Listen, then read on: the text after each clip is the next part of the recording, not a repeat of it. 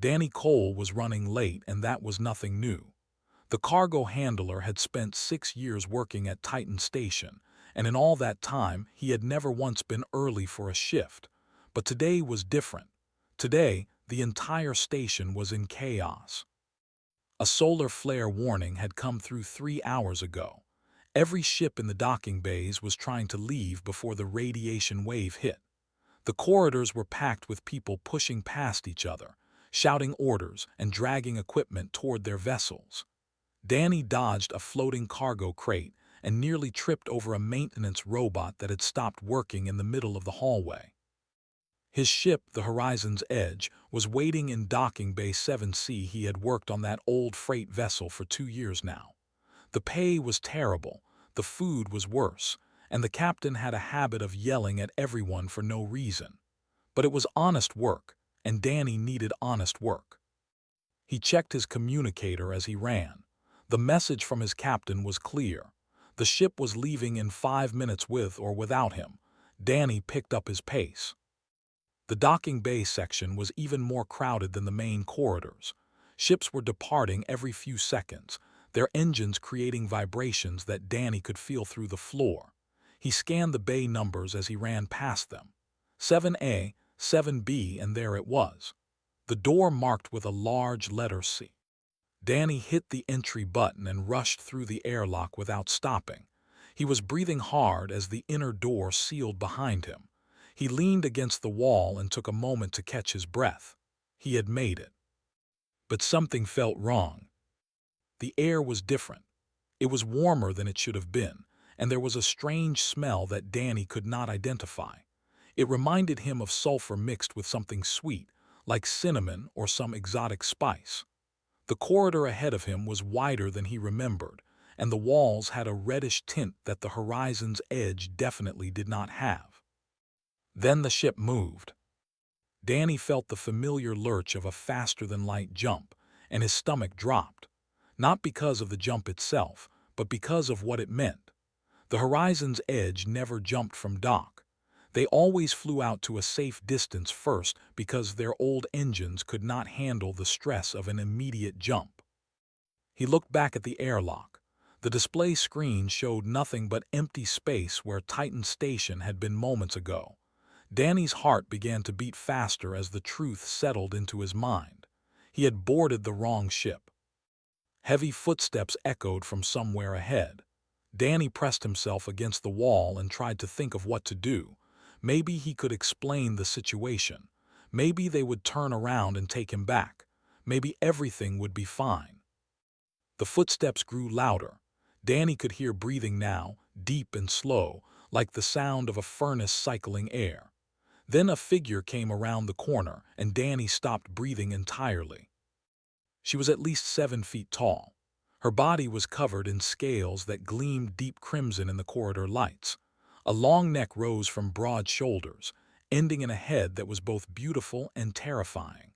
Golden eyes with vertical pupils locked onto Danny. Wings folded tight against her back rustled slightly as she moved. She walked upright on powerful legs, each step making the floor vibrate beneath Danny's feet. She opened her mouth, and Danny saw rows of teeth that could tear through metal. He was certain that he was about to die. But then she spoke. "You are not cargo," she said. Her voice was deep but clearly female, and her English was accented but perfectly understandable. Danny tried to respond, but his voice came out as a squeak. He cleared his throat and tried again. "No, I am not cargo. I am Danny, Danny Cole. I think I made a mistake." The dragon tilted her head and studied him with those golden eyes. "A mistake," she repeated. "Yes, I believe you have." She stepped closer, and Danny resisted the urge to run. There was nowhere to run anyway. She lowered her head until her face was level with his, and Danny could feel the heat radiating from her scales. "I am," she said, "navigator of the burning sky. You are aboard a vessel of the matriarchy. We departed Titan Station 14 minutes ago and are now 3 light years from your solar system." Danny's legs felt weak. "Can you take me back?" Straightened to her full height and made a sound that might have been a laugh. "No, Our destination is 3 weeks away. We cannot turn back for a single human who cannot read docking bay signs." "I can read," Danny said, feeling defensive despite his fear. The station was chaotic. Everyone was rushing because of the solar flare. "And yet here you are," said, "aboard a ship full of females with no idea how you will survive the journey." Danny noticed the emphasis she put on the word females. "Is that important, that you are all female?" His eyes widened slightly and she made that laughing sound again. "You truly know nothing about us. Come, the captain must be informed of our unexpected guest." She turned and began walking down the corridor. Danny had no choice but to follow. As he walked, he noticed more details about the ship. The walls were decorated with symbols that looked like flowing fire. The temperature continued to rise as they moved deeper into the vessel. Danny was already sweating through his work uniform. They passed several other along the way. Each one stopped and stared at Danny with obvious surprise.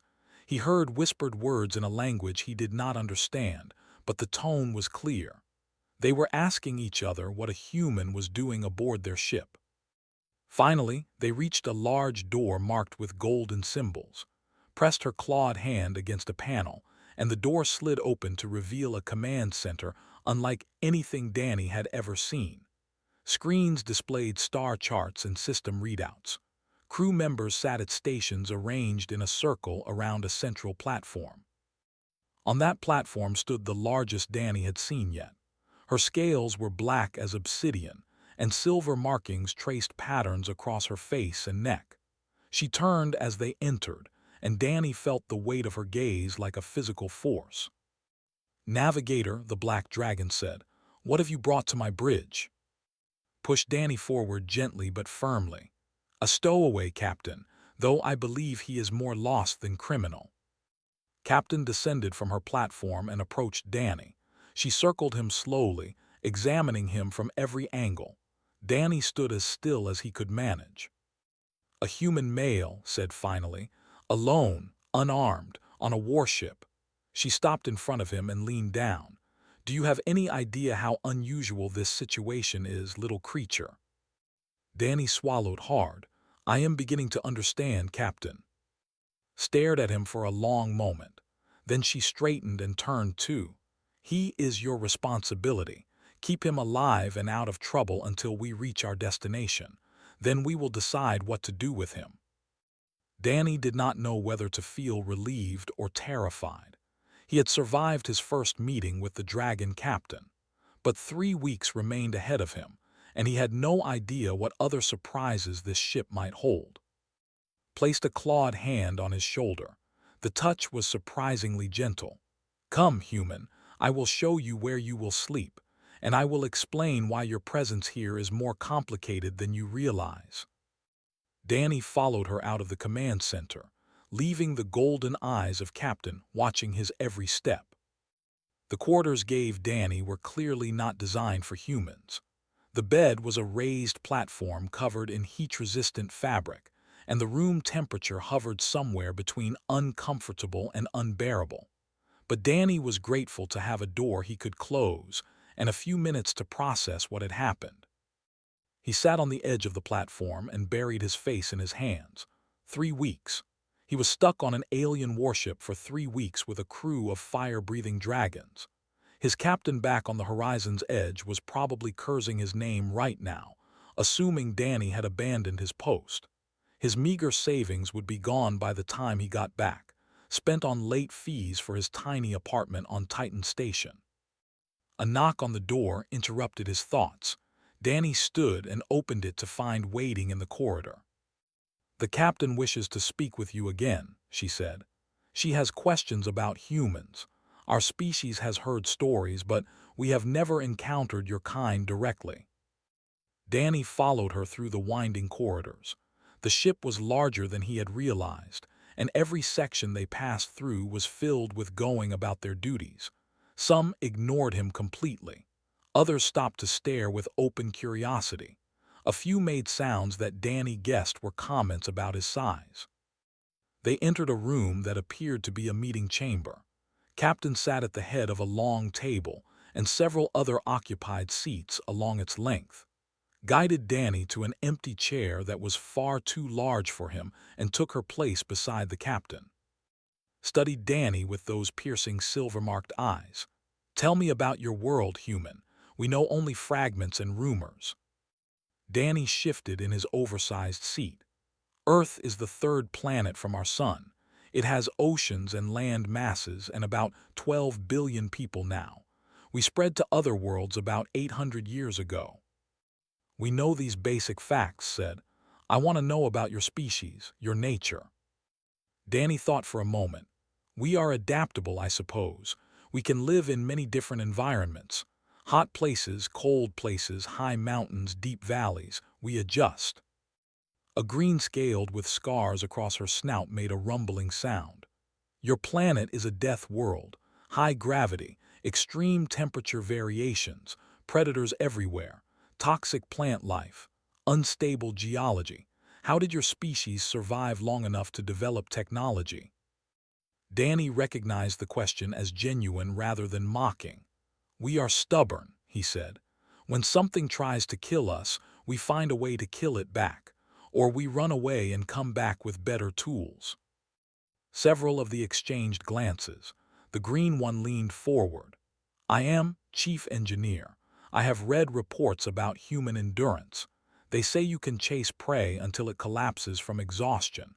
They say you can survive injuries that would kill most species.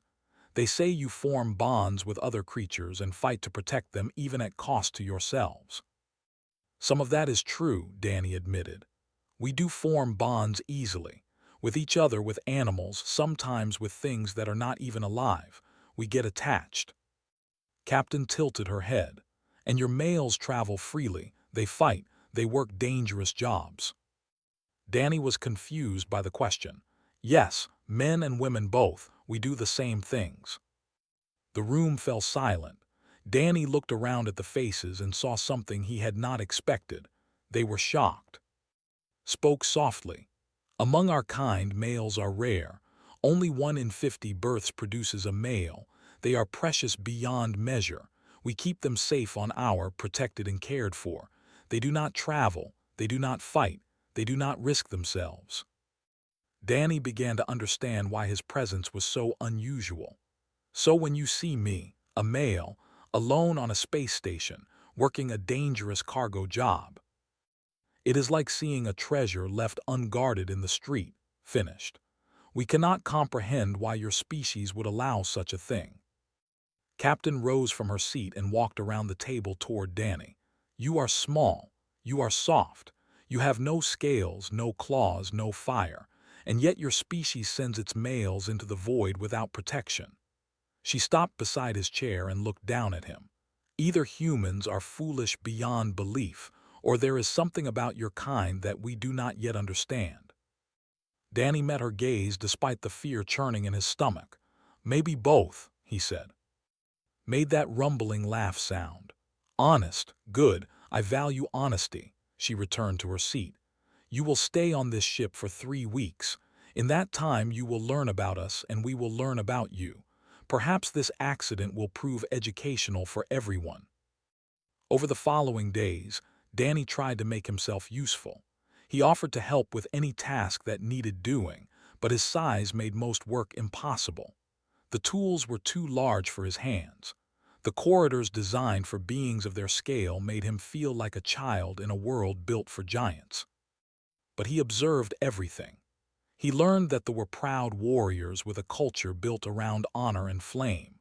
He learned that their matriarchy spanned dozens of worlds and had existed for thousands of years. He learned that they valued strength but also wisdom, and that Captain was respected not just for her fighting ability but for her strategic mind. He also noticed that something was wrong. The crew seemed tense in ways that went beyond having an unexpected human guest. Conversations stopped when he approached. Officers gathered in small groups and spoke in hushed tones. Who had become something like a guide and guardian to him, grew more distracted with each passing day. On the 5th night, Danny found himself unable to sleep. The heat was oppressive, and his mind would not quiet. He left his quarters and wandered the corridors, hopping the movement would tire him out. He found in the engineering section, working alone on a complex piece of machinery. The dragon looked up as he entered but did not tell him to leave. "Cannot sleep?" she asked. "The heat," Danny said, "and other things. The crew seems worried about something." Was silent for a long moment. Her clawed hands continued their work, but her movements slowed. "You are observant for a soft creature. What is happening? What is everyone afraid of?" Set down her tools and turned to face him fully. Her golden eyes held a weight that Danny had not seen before. "There is a transition coming. I cannot tell you more, but when it happens, you must stay in your quarters. Lock the door. Do not open it for anyone." "Why?" Danny asked. "Because we do not know what we will do if we see you," said. Her voice was low and strained. "The transition affects our minds, our instincts. For 3 days we become more beast than person. We may not recognize you as a guest rather than prey." Danny felt cold despite the heat of the engineering bay. "For 3 days." Nodded. "The cycle comes every 40 solar days. We time our missions to avoid it when possible, but this voyage could not be delayed." She picked up her tools again. "We'll bring you food and water before it begins. You must survive on that until it passes." Danny left the engineering section with warning echoing in his mind. He had thought the greatest danger was simply being stranded among aliens. Now, he understood that the next 3 weeks held risks he had never imagined. He returned to his quarters and lay on the too large bed, staring at the ceiling. Somewhere in the ship, he heard a distant roar that made the walls vibrate. It sounded like rage and hunger and something ancient beyond words. Danny Cole had boarded the wrong spaceship, and now he was beginning to realize just how wrong that ship truly was. The transition came and went. Danny spent 3 days locked in his quarters, listening to sounds that would haunt his dreams for years to come. Roars echoed through the ship at all hours. Heavy bodies slammed against walls. Once, something scratched at his door for nearly an hour before moving away. Had left him enough food and water to survive, along with a small device that would alert her if he was in danger. He never used it. They were suffering through something primal and beyond their control, and Danny refused to make their burden heavier by demanding attention. When the 4th day came and the sound stopped, a gentle knock came at his door. Danny opened it to find standing in the corridor. Her scales looked duller than before, and exhaustion showed in every line of her body. "You survived," she said. "So did you," Danny replied. Made a soft sound that might have been appreciation. "Come, the captain wishes to see you." The command center was quieter than Danny remembered. At their stations moved slowly, recovering from whatever the transition had done to them. Captain stood on her central platform, and for the first time since Danny had met her, she looked tired. "Human," said, "I am told you remained in your quarters for the entire transition. You did not call for help. You did not panic." "There was nothing I could do," Danny said. "Panicking would not have changed that." Studied him with renewed interest. "Our males would have been terrified. They would have demanded protection, comfort, reassurance. You simply waited." "I am not one of your males," Danny said. "Where I come from, we learn to handle fear on our own." The captain descended from her platform and approached him. "I have decided something. You deserve to know why this ship is out here, why we could not delay our mission even for the transition." She led Danny to a smaller room off the main command center. A holographic display dominated the space, showing a star map with various markers and routes highlighted, and followed them inside. Activated a control, and the display zoomed in on a region of space marked in red. "The matriarchy has been at war for 60 years. Our enemy is called the Void Collective. They are a hive mind species that consumes other civilizations. They do not negotiate. They do not take prisoners. They absorb everything they encounter into their collective consciousness." Danny stared at the red-marked territory. It was vast, spanning hundreds of star systems. That is their space. That is the space they have taken, said. 40 years ago, that border was 300 light-years farther from our. They advance slowly but steadily. Nothing we have tried has stopped them permanently. Change the display again. A single blue dot appeared deep within the red territory. 6 months ago, our scouts discovered something. A breeding world. The place where the Void Collective creates new drones, new ships, new everything. If we could destroy it, we would cripple their expansion for decades. And this ship carries the location, Danny said, understanding now.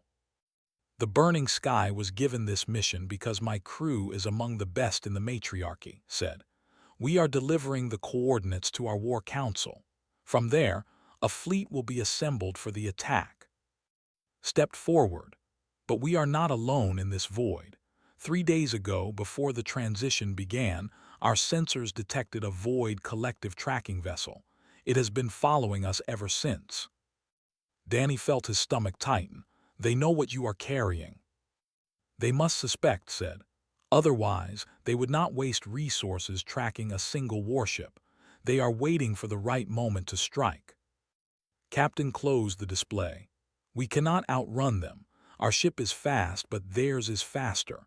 We cannot call for help because any transmission might reveal our position to more collective vessels. Our only choice is to fight. What is your plan? Danny asked. His eyes gleamed with something fierce. There is an asteroid field ahead, dense enough to provide cover, chaotic enough to neutralize their speed advantage. We will make our stand there and destroy them before they can stop us. Danny thought about what he had learned. There were warriors, proud and powerful, but they were also exhausted from the transition, and they were facing an enemy that had been winning a war for 60 years. Is there anything I can do? He asked. Made a dismissive sound. You are small and soft. What could you possibly do against the Void Collective? I do not know yet, Danny admitted. But I have 3 days before we reach that asteroid field. I would rather spend that time being useful than sitting in my quarters feeling helpless. Captain regarded him silently. Then she turned to. Assign him to damage control. If we take hits during the battle, we will need every hand available to seal breaches and save crew members. Danny spent the next 3 days learning the ship. Taught him how to operate the emergency systems, how to seal hull breaches, and how to navigate the maintenance corridors that even the found difficult to move through. His small size, which had seemed like such a disadvantage, became useful in these tight spaces. He also spent time within engineering. The dragon was gruff and impatient, but she answered his questions about the ship's systems with grudging thoroughness. Danny learned about the Burning Sky's weapons, its shields, and its jump drive, which had been damaged during a previous engagement and could not be repaired without proper facilities. On the final night before they reached the asteroid field, Danny was working in a maintenance corridor when an alarm sounded. The ship shuddered, and the lights flickered red. Hull breach, his voice came through the communication system. Section 7, lower deck, atmosphere venting. Danny was close to Section 7. He grabbed his emergency kit and ran through the narrow corridors, ducking under pipes and climbing over obstacles that would have stopped in their tracks. He reached the breach site in less than 2 minutes. 3 crew members were trapped in the section. The breach was too small for it to reach, but the emergency valve that would seal the section was on the other side of it. Superheated steam was venting from a ruptured pipe, creating a deadly barrier. Danny did not hesitate. He wrapped his arms in emergency insulation from his kit and crawled through the breach. The steam burned through his makeshift protection, and he felt his skin blister as he pushed forward. Pain screamed through his body, but he kept moving. He reached the valve and turned it with all his strength. The section sealed. The venting stopped. The 3 on the other side were saved. Danny collapsed against the wall, his arms red and raw. Arrived minutes later, squeezing through a larger access hatch that had been cleared. She looked at his injuries and then at his face. "You saved them," she said. "Anyone would have done the same," Danny replied through gritted teeth. Shook her head. "No, many would have waited for help. Many would have hesitated. You ran toward the danger." She lifted him carefully in her massive arms. "Our males are treasures, human, protected and sheltered, but I think perhaps your kind has a different kind of strength." She carried him to the medical bay, where the ship's healer treated his burns. As he lay on the oversized bed, staring at the ceiling through a haze of pain medication, Danny heard footsteps approaching. Captain stood beside him, her obsidian scales catching the light. "Told me what you did." "It was nothing," Danny said. "It was everything," corrected. "Those 3 crew members have families, daughters, sisters. You gave them the chance to see those families again." She placed a clawed hand on his shoulder with surprising gentleness. "Rest now, human. Tomorrow we reach the asteroid field. Tomorrow we fight." Danny closed his eyes. His arms throbbed with pain, but somewhere beneath that pain was something else. A sense of belonging, a sense of purpose. He had boarded the wrong ship, but maybe, just maybe, he was exactly where he needed to be. The asteroid field stretched across Danny's view like a graveyard of dead worlds. Rocks the size of cities tumbled slowly through the void, their surfaces by ancient collisions. The burning sky slipped between them, using the chaos as cover while the crew prepared for battle. Danny's arms were bandaged but functional. The healer, a gentle blue-scaled female named, had applied regenerative compounds that human medicine could not match. The pain was manageable, and Danny refused to stay in the medical bay while the rest of the crew faced death. He found at her navigation station, her clawed hands moving across holographic controls. "The void ship has entered the field," she said without looking up. "They are moving slowly, hunting." Captain stood on her command platform, issuing orders in the language. Her crew responded with precision born from years of training. Weapons were charged. Shields were reinforced. Every dragon on board knew that this battle would determine whether they lived or died. "Danny," called out, "go to the medical bay. We'll need help with the wounded." Danny nodded and made his way through the ship. The corridors were silent except for the hum of engines and the occasional vibration of asteroid debris bouncing off the shields. Every he passed wore an expression of focused determination. Was preparing her supplies when Danny arrived. The blue dragon looked up and gave him a small nod. "Good. I was hoping you would come. My assistants are all needed at battle stations. You will have to help me." "Tell me what to do," Danny said. Before could respond, the ship lurched violently. A massive impact threw Danny against the wall, and alarms began screaming throughout the vessel. Through the medical bay's small viewport, Danny saw the Void Collective ship emerging from behind an asteroid. It was unlike anything he had ever seen. The enemy vessel seemed grown rather than built. Its hull was organic, covered in something that looked like dark skin stretched over bone. Weapons ports opened across its surface like wounds, spitting beams of sickly green energy at the burning sky. The battle had begun. For the next hour, Danny worked beside as wounded were brought to the medical bay. Burns from plasma weapons, broken bones from impacts, worse injuries that Danny tried not to look at too closely. He cleaned wounds, applied bandages, and held clawed hands while performed emergency surgery. The ship shook constantly as weapons fire struck the shields. Through the communication system, Danny could hear Captain barking orders and reporting on engine damage. They were holding their own, but just barely. Then the boarding alarm sounded. "Collective drones have breached the hull," his voice announced. "All hands prepare to repel boarders." Danny looked at. The healer's eyes were wide with fear.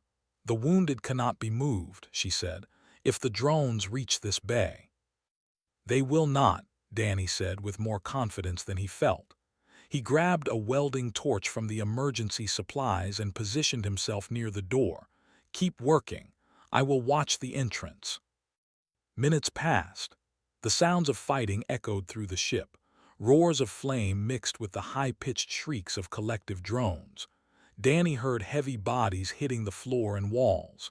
He smelled smoke and something worse, something that reminded him of burning plastic and rotting meat. A shadow appeared at the end of the corridor outside the medical bay, then another, then a third. The drones were nightmarish creatures. They stood on 4 legs, their bodies a twisted blend of organic tissue and metal components. Sensor clusters replaced eyes, and their mouths were filled with drills and cutting tools designed to harvest organic matter for the collective. They moved toward the medical bay with terrible purpose. Danny stepped into the corridor and activated his welding torch. The flame was small compared to what they could produce, but it was all he had. "Come on then," he said quietly. The first drone lunged at him. Danny dodged to the side and thrust the torch into its sensor cluster. The creature shrieked as its optical equipment melted. Danny kicked it hard, sending it stumbling into the second drone. The third drone was faster. It slammed into Danny, pinning him against the wall. Its cutting tools spun toward his face. Danny could see the whirring blades reflected in its sensor array, getting closer with each heartbeat. He drove the welding torch upward, into the soft tissue beneath the drone's metal plating. The creature convulsed and went still. Danny pushed its body aside and faced the remaining 2 drones. Footsteps thundered behind them. Appeared at the far end of the corridor, her mouth opening to release a stream of fire that engulfed both drones. They collapsed, burning and twitching. Looked at Danny, at the dead drone at his feet, at the welding torch still clutched in his burned and bandaged hands. "You killed it," she said. "It was trying to kill my patients," Danny replied. Made a sound that was almost like laughter. "Human, you continue to surprise me." They returned to the battle together. They were fighting throughout the ship, their flames turning corridors into infernos. But the collective drones kept coming, pouring through hull breaches faster than they could be sealed. In the command center, Captain was covered in blood. Some of it was green, from the drones. Some of it was red, her own. She stood on her platform directing the defense, refusing to show weakness even as her crew fell around her. "We are losing," said grimly. "Their ship has crippled our engines. We cannot escape." Danny looked at the tactical display. The void ship was attached to the burning sky now, connected by boarding tubes that pumped drones directly into the hull. It was bleeding them dry, one dragon at a time. Something clicked in Danny's mind. A memory from his cargo handling days. A conversation with a who had studied collective wreckage. "Their ship," Danny said. "It is alive, is it not?" Turned to him. "Partially. The collective grows their vessels from organic material harvested from conquered worlds. Why?" Danny reached into his work bag, the same bag he had been carrying when he boarded the wrong ship. Inside was a canister of chemical compound, standard issue for cargo handlers. They used it to sterilize containers, to kill any organic contamination that might damage shipments. "This compound is lethal to silicon-based life," Danny said. "They told me that collective organic components are silicon-based. If I could get this into their life support system, you would kill their ship from the inside," finished. Her eyes gleamed with sudden hope. "But getting aboard would be suicide. The interior is filled with drones and organic defenses." "I am small," Danny said. "I can move through spaces they cannot, and I have survived worse odds than this in the last 3 weeks." Captain stared at him. "You would die." "Maybe," Danny admitted. "But if I do nothing, we all die anyway. At least this way, the information you carry reaches your war council. At least this way, those breeding worlds get destroyed."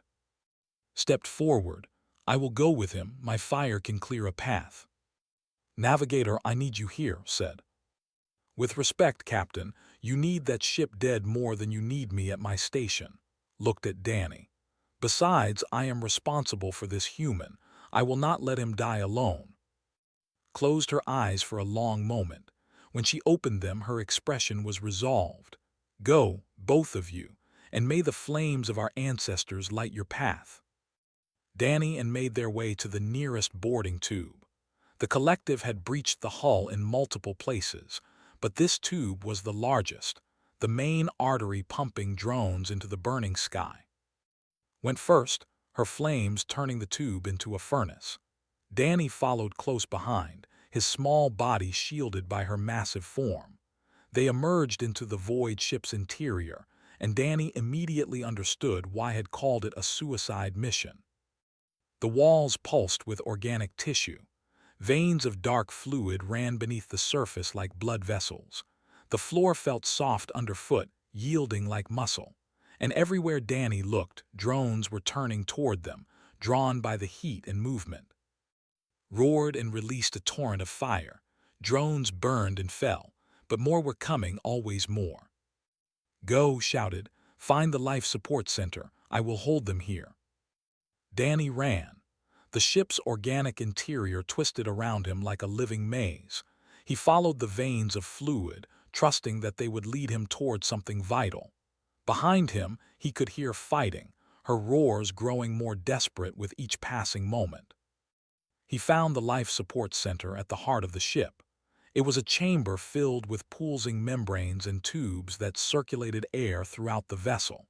Danny did not hesitate. He opened the canister and poured the compound directly into the largest tube. The reaction was immediate and violent. The ship screamed. Danny felt it through his entire body, a sound that was not sound, a cry of pain that echoed in his bones. The walls around him began to convulse. The floor buckled. The void ship was dying, and it was taking everything inside it down as well. He ran back the way he had come, but the corridors were changing, closing, the organic walls collapsing inward. He could not find the boarding tube. He could not find anything except the dying flesh of an alien vessel tearing itself apart. Then heat surrounded him. Scales pressed against his body, wings wrapped around him like a shield. Had found him.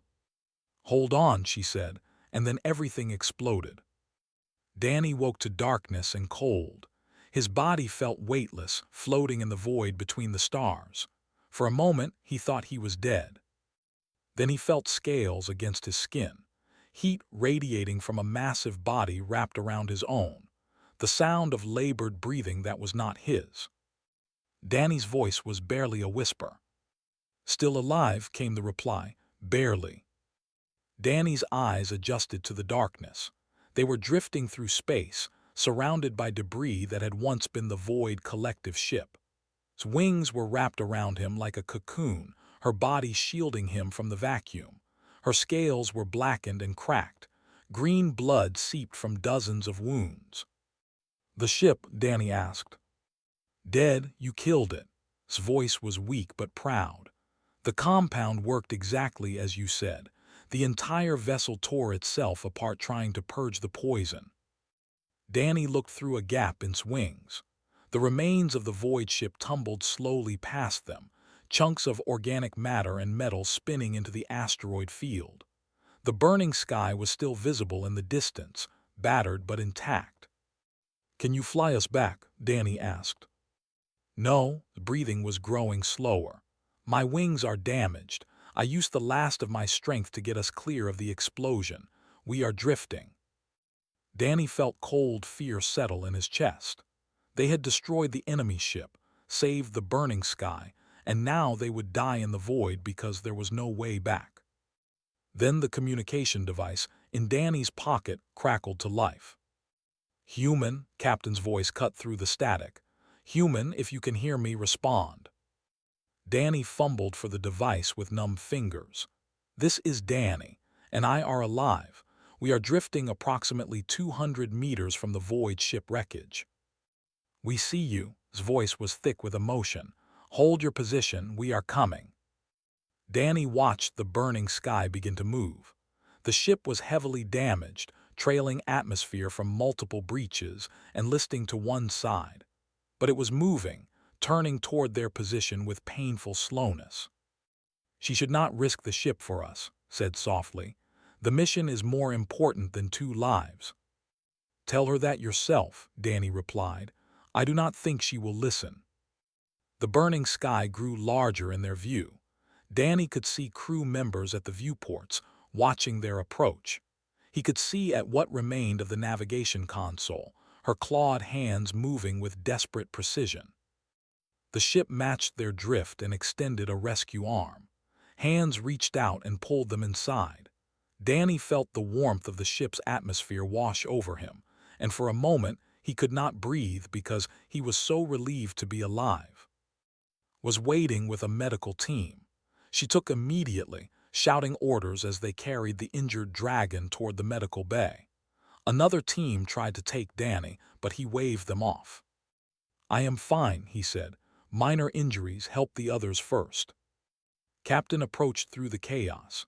Her obsidian scales were covered in soot and blood, and a fresh wound crossed her face from brow to jaw. But her eyes were alive with something Danny had not seen before. "You destroyed it," she said. "A single human with a canister of cleaning compound destroyed a void collective hunting vessel." "Helped," Danny said. "I could not have done it without her." "You could not have done it at all if you had not thought of a solution that none of us considered," placed both of her clawed hands on Danny's shoulders. "You saved this ship. You saved my crew. You may have saved the entire war." Danny did not know what to say. He was exhausted, injured, and overwhelmed by everything that had happened. All he could manage was a small nod. Released him and turned to address the crew. "We have 2 weeks until we reach space. Use that time to repair what can be repaired and rest when you can. The Void knows we are coming now. They will send more ships, but thanks to this human, we will be ready for them." The crew responded with a roar that shook the damaged walls. Danny felt clawed hands patting his back, heard words of gratitude in languages he did not understand. For a moment, he was not an outsider. He was one of them. The following days passed in a blur of repairs and recovery. Danny worked alongside helping where he could, learning where he could not. His burns healed slowly, but assured him there would be minimal scarring. Recovered faster than Danny expected. They were remarkably resilient, and within a week she was back at her navigation station, guiding the ship through the final leg of their journey. She made a point of finding Danny each evening, sharing meals and stories about culture. "You will be famous," she told him one night. "The human who destroyed a void ship with a cargo handler's tool. They will tell stories about you for generations." "I would rather just go home," Danny admitted. Tilted her head. "Would you truly?" Danny thought about it. He thought about Titan Station, about his tiny apartment, about the endless days of loading and unloading cargo containers. He thought about the horizon's edge and its angry captain, about the routine and the loneliness, and the feeling that his life was going nowhere. Then he thought about the burning sky, about End and Captain, about the battle they had fought together and the purpose they had given him. "I do not know," he said finally. On the final day before they reached space, Captain called the entire crew to the cargo bay. It was the largest open space on the ship, and even then the 12 filled it almost completely. Danny stood at the front, feeling small and uncertain. Raised her clawed hand for silence. "Today we complete our mission. The coordinates of the void breeding world will be delivered to our war council. A fleet will be assembled. And for the first time in 60 years, we will strike a blow that the collective cannot recover from." She paused and looked directly at Danny. None of this would have been possible without the actions of one human, a cargo handler who boarded the wrong ship and found himself among strangers. He could have hidden. He could have waited for us to deliver him home. Instead, he chose to fight beside us. He chose to risk his life for dragons he had only known for weeks. Descended from the small platform and approached Danny. The cargo bay fell completely silent.